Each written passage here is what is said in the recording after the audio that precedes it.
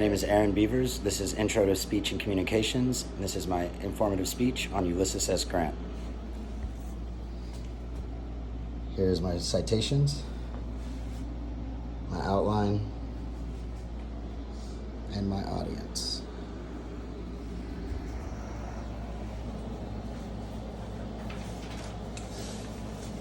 Now, start off with a question. Is there any truth to the old saying that some people are born into greatness while others have it forced upon them?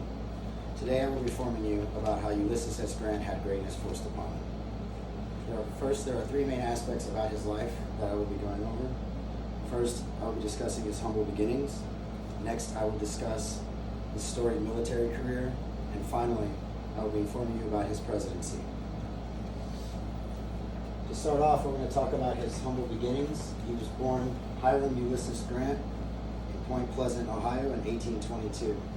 This is his birthplace. His father was a merchant and a tanner, descendant of the original Massachusetts Bay Colony settlers. And growing up, he absolutely hated the family business. But as stated by Brett Bayer in To Rescue the Public, the boy, however, had an incredible knack in what was a critical skill in that time and place, horsemanship.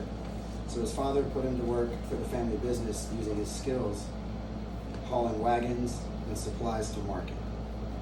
His father also nominated him to West Point Military Academy, but due to a clerical error, he was enlisted as U.S. Grant instead of Hiram Ulysses Grant.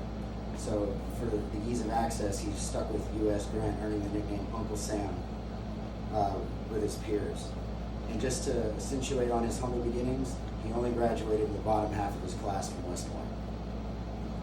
Next, we're going to move on to his storied military career.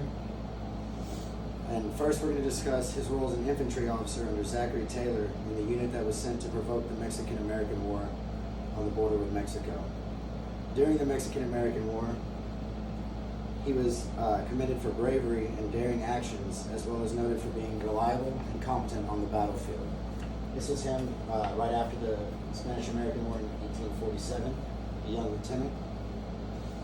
Next, we're going to talk about his post-Mexican-American War career, which had him serving in the Pacific Northwest, specifically Oregon Territory, where he had heavy interaction with Native Americans and was noted as being sympathetic to the plight of the natives because he saw the settlers taking advantage of them and mistreating them, as well as the diseases that ravaged their population.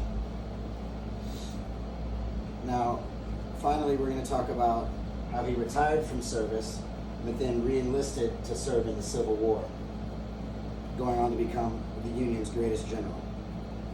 Now, when he entered civilian life, he did fall upon hard times, and was actually him and his family had to move into their in-laws' plantation. And when that happened, his father-in-law gave him a slave, which he freed shortly after, with being quoted as saying he found the institution to be repulsive.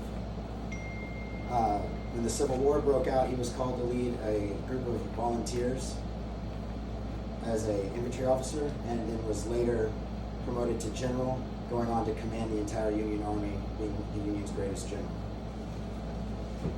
This is him during the Civil War, one of the most famous pictures of him taken. Finally, we're going to talk about Grant the President. First, we're going to discuss how he was reluctant to run for office, but to put it into perspective, according to historian D. Brown, as quoted by Brett Bayer in To Rescue the Republic, the truth is that Grant was a hero who happened to live in a myth-making age which could not tolerate human weakness in its idols.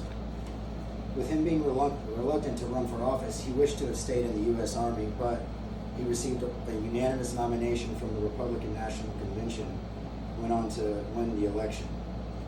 Next, we're going to talk about the re-election in 1872, which was easily achieved because of a strong economy and the creation of the Justice Department to fight the KKK.